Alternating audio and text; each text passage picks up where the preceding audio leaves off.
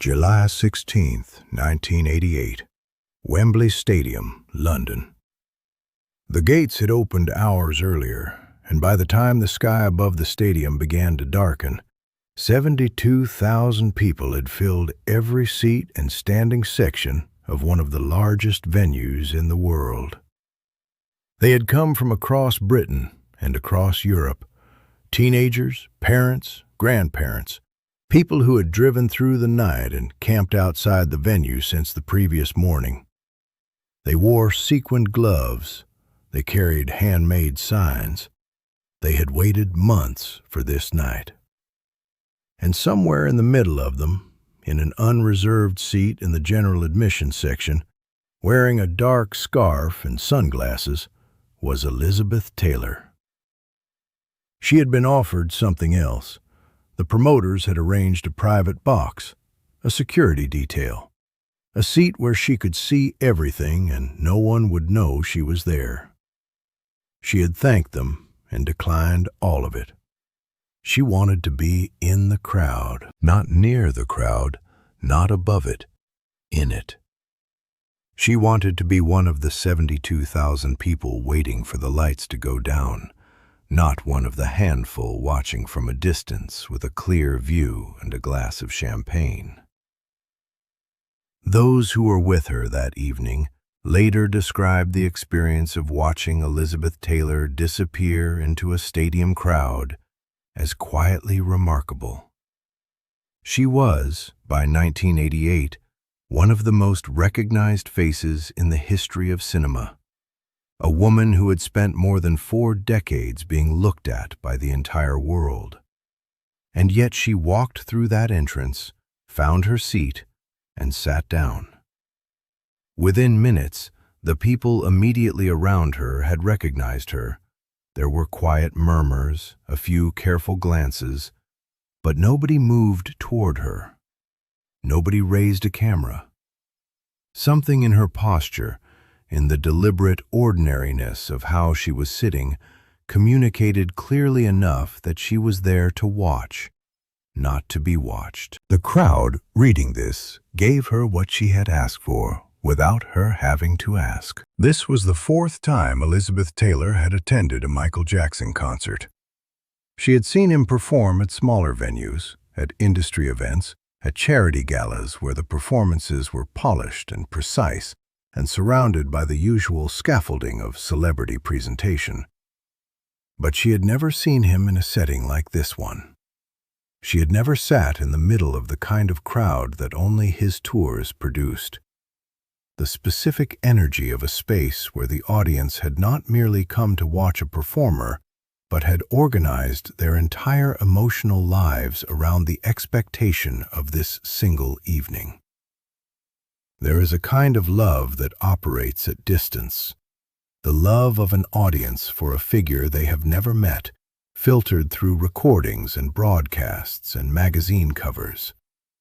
Elizabeth Taylor knew this kind of love from the inside, from decades of receiving it. She had learned that it was real, but also that it was incomplete. It reached you, but it could not hold you. It filled a room, but could not fill a conversation. What she had never experienced in quite this way was sitting inside it as it moved toward someone else, being one of the 72,000 people in whom that love was active and directed at a specific person on a specific stage, waiting for a specific night to begin. By the summer of 1988, the Bad Tour was producing nights that the music industry was struggling to put language around.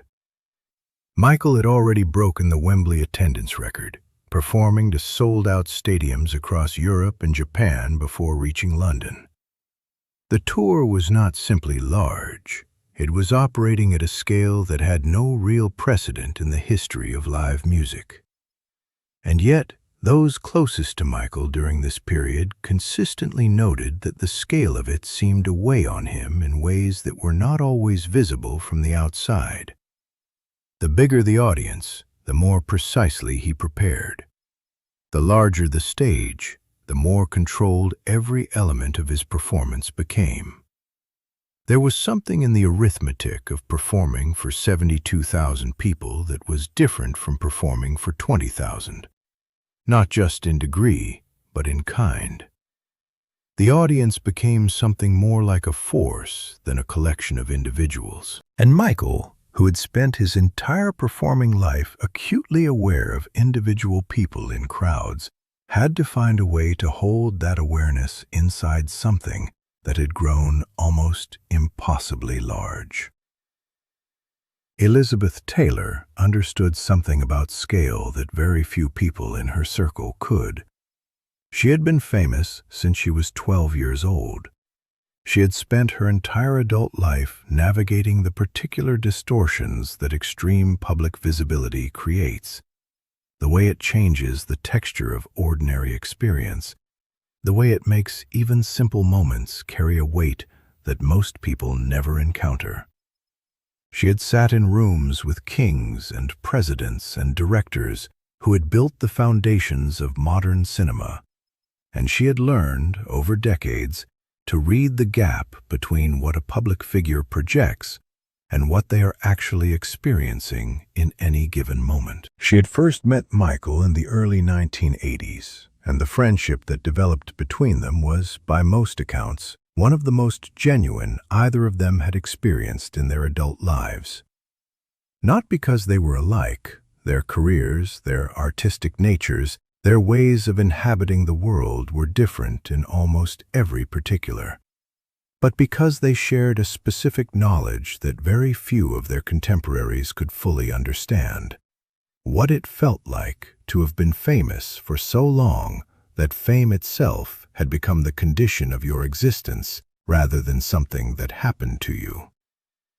They had talked about this in various private contexts over the years, about the loneliness that accompanied a certain level of visibility, about the difficulty of trusting rooms, trusting people, trusting the difference between genuine connection and the performance of it, about what performing meant when you had done it long enough that you no longer fully knew where the performance ended.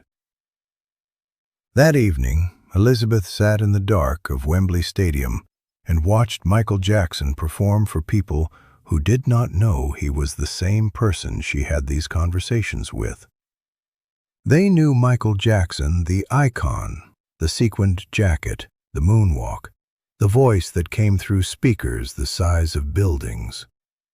They did not know the man who had called her at odd hours to talk about nothing in particular, who had a specific kind of laugh that almost nobody outside a small circle had ever heard, who was in certain private contexts almost absurdly shy. When the lights went down, 72,000 people made a sound that Elizabeth would later describe as unlike anything she had experienced in a lifetime of extraordinary experiences.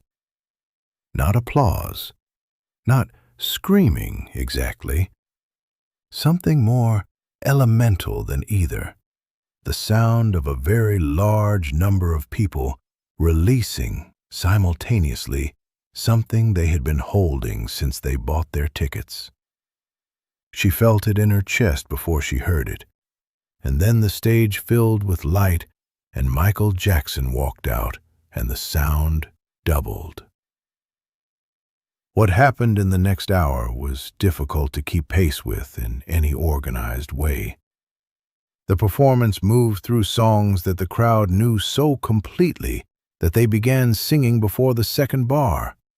Not tentatively, the way audiences sometimes do with a performer they are trying to follow, but with the full lunged certainty of people who had been rehearsing for this moment in their cars and living rooms for years. Elizabeth, who had spent a lifetime in front of audiences and had never quite been one of them in this sense, felt the communal quality of it as something almost physical, the way the sound from 72,000 people singing the same lyric simultaneously carries a warmth, a pressure that a recording can suggest but never fully reproduce. She was not watching a concert, she was inside one. The distinction, she would later say, was not a small one. What she watched over the next 2 hours was something she had not fully anticipated, even having seen him perform before. The difference between watching from a private box or a backstage position and watching from the middle of a crowd was not, she would later explain, simply a matter of proximity or sightline. It was a matter of being inside the experience rather than observing it from outside. From a box, you watched what Michael did to the audience. From the middle of the audience, you felt what he did to you, which was a completely different thing and a much more difficult one to explain. At some point during the show, she became aware of something she had not been looking for. The people around her, ordinary people, people who had driven from Manchester and Dublin and Amsterdam to be in this building, were not simply enjoying a performance. They were, in some sense she found hard to name precisely, being changed by it. Not dramatically, not in any way that would register on a camera, but she could see it in their faces. The specific release that comes when something you have hoped would matter actually matters. The way a person's expression shifts when a piece of music they have carried privately for years becomes, in a stadium, something shared by 70,000 other people who have been carrying it just as privately. She watched Michael give this to them, and she understood something about him, that all of his industry awards and his chart positions and his cultural significance had never quite communicated to her before. The performance was not a transaction. It was not a performer doing something in exchange for an audience's money and attention. It was something closer to a transfer. Michael Jackson was giving the crowd something that he took from somewhere inside himself and placed through the music and the movement and the voice and the sheer sustained force of his presence into a space where 72,000 people could hold it together. And the cost of that transfer, she understood, watching it from the middle of a crowd, was real. It was not metaphorical. Every performance at this scale took something from him that did not come back the same way it left. After the show, when she made her way backstage and eventually found him, quieter than he had been on stage, the vast energy of the performance beginning to settle, she said something to him that she would later struggle to fully reconstruct from memory. Something about having watched him from the crowd, about what it had looked like from that angle, the angle most people had and almost nobody in his immediate circle ever reported back to him. He listened with the particular quality of attention he gave to things that surprised him, still and focused in a way that was different from his usual listening. What Elizabeth Taylor said about Michael Jackson in various private and public contexts in the years that followed returned often to a particular observation, that he was, in her understanding, the loneliest person she had ever known, and that this loneliness was not in contradiction with the love that 72,000 people had poured into Wembley Stadium on a summer night in 1988. It was, she believed, the condition of it, that the very thing that allowed him to give what he gave to a crowd of that size, the depth of his need to connect, the completeness of his investment in the moment, the way he held nothing back, was also the thing that made the ordinary, daily, private experience of connection so difficult for him to find and hold. She had understood this in theory from their conversations over the years. She had come to understand it in practice, sitting in the dark of Wembley Stadium, watching the man she knew best as a quiet and private and sometimes lonely friend become for 2 hours the gravitational center of the largest emotional experience that 72,000 people would share all year. The scarf and the dark glasses had done their job. She had been, for one night, simply a member of the audience. Nobody photographed her leaving. Nobody wrote about her having been there. The evening existed, for the public record, as one more night in the most successful concert tour in history.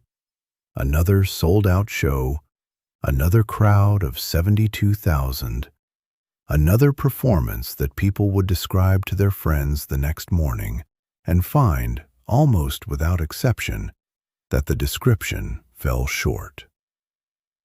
What Elizabeth Taylor saw from the middle of that crowd, she carried with her for the rest of her life. Not as a story she told often. She was, like Michael, precise about what she chose to share and with whom, but as an understanding of what it cost him to do what he did, of what 72,000 people received without ever knowing the full price, and of the particular kind of love that moves in only one direction on a stage that large, outward, always outward, toward the crowd, and rarely, if ever, finds its way back.